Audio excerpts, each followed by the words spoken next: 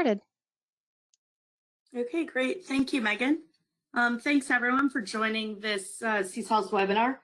Today we're going to talk about approaches and strategies that we used in a LIMS reboot effort. And this is really just a restart of a failed LIMS implementation. For the purposes of this, the case study that we're going to be walking through, it was a LabWare LIMS, but the principles that we'll be talking about and the experience that CSALS brought to the table, it really could be applied to any LIMS restart that was warranted. And so, kind of keep that in mind as we move through. By way of introduction, as Megan said, I'm a delivery director with CSALS. I just recently joined in this role. And prior to that, I did a lot of work with them, managing projects and programs, including the project that we're going to be discussing here. I do have a biology degree, so I started my career in the laboratories, and then I shifted out to lab informatics and have been doing that for a little bit longer than I want to admit. But I really enjoy it. I love the puzzle of it. I love blending the science with the business process technologies, and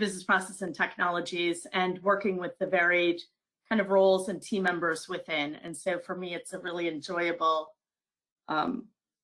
work that I do. It's really enjoyable. And one thing is that that we focus on is kind of the holistic view. So we look at the entire puzzle, the client effort, the business processes, the technologies and the systems, as well as all the organizational and change management needs that apply. So for today, we're going to go through one particular project that we worked on, and we're going to share kind of the client overview and the background, the project overview, why they did the reboot, what was the need for the restart, why not just abandon ship, for example, as opposed to restarting an effort that didn't work out. What was the planning approach that was taken, and then how did it go? Did it succeed? Did it fail? What were the hiccups along the way, and what did we learn? And then we'll shift over into a Q&A. So please feel free to send Megan the questions that you have as we go along. From a background perspective, this was a materials manufacturing organization. They ran the gambit from samples through certificate of analysis development. They did have a test requisition and result upload integration that was part of the project with a third-party LabWare LIMS. There was a lot of instrument integration, and it really went beyond just straight instrument integration. This client was not fully utilizing the instrument software.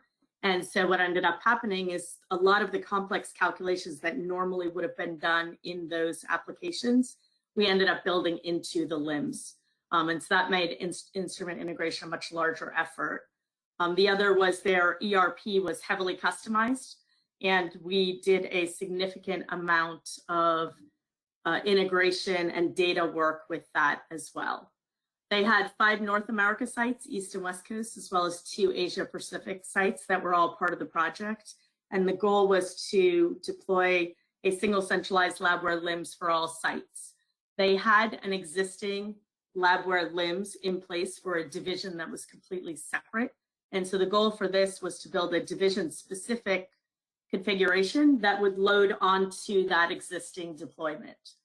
And so that is one of the reasons why, when you say why restart as opposed to abandon ship, they already had a production deployment in place in the company. And so they did not really want to restart that effort as well for that division. When we look at projects, we really look at what's the understanding, what is the staffing and support for a LIMS. And from a LIMS perspective, the site that had worked on the initial implementation had limited LIMS experience from that, and the remaining sites were brand new to LIMS use. And that is not brand new to LabWare LIMS use, it was brand new to LIMS use overall. A lot of them were paper-based.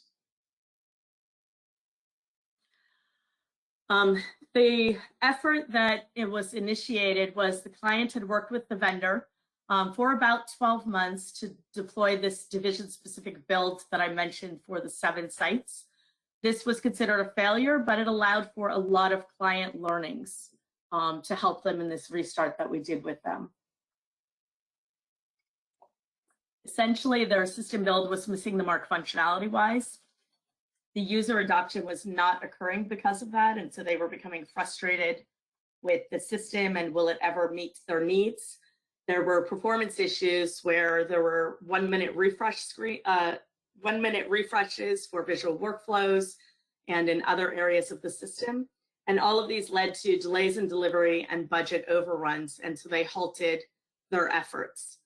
When they halted their efforts, they had a great pause to decide what they were going to do. And they decided to engage CSOLs to analyze the business and the work done to determine if any could be leveraged, as well as the business processes and the approaches that they took, right? Because if you look at the holistic picture, it's not just, did we have the right vendor? Did we have the right system? It's how did we go about it? Were the right people there from both sides? What approaches and decision-making structures did we have? And so that was a major part of the analysis effort that we did with them. So in looking at that and determining if it could be successful and if it were to be successful, what was needed, the findings really centered around process, approach, system, and people. And that's the typical sort of things that you look at, right? When you look at it holistically.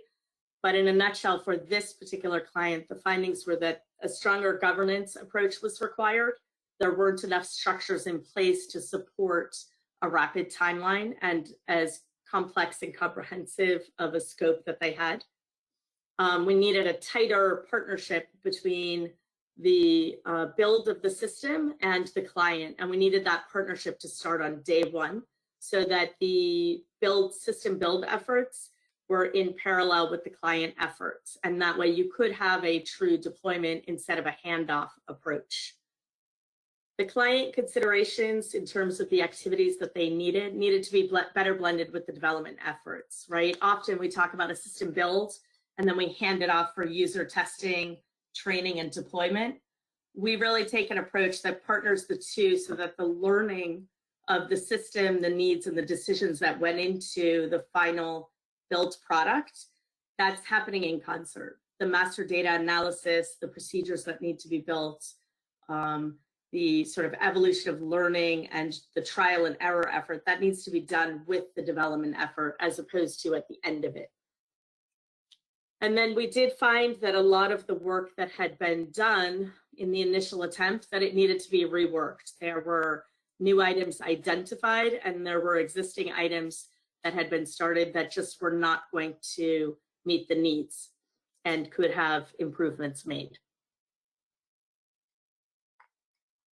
So we worked with the client not only to decide should you restart and reboot, what will be different, but also how do you approach this when everyone's already frustrated, right? Certainly the budget was overrun, it was delayed. People had invested a lot of time trying to learn it or make it work. And so, what's going to be different this time was a key approach that we took.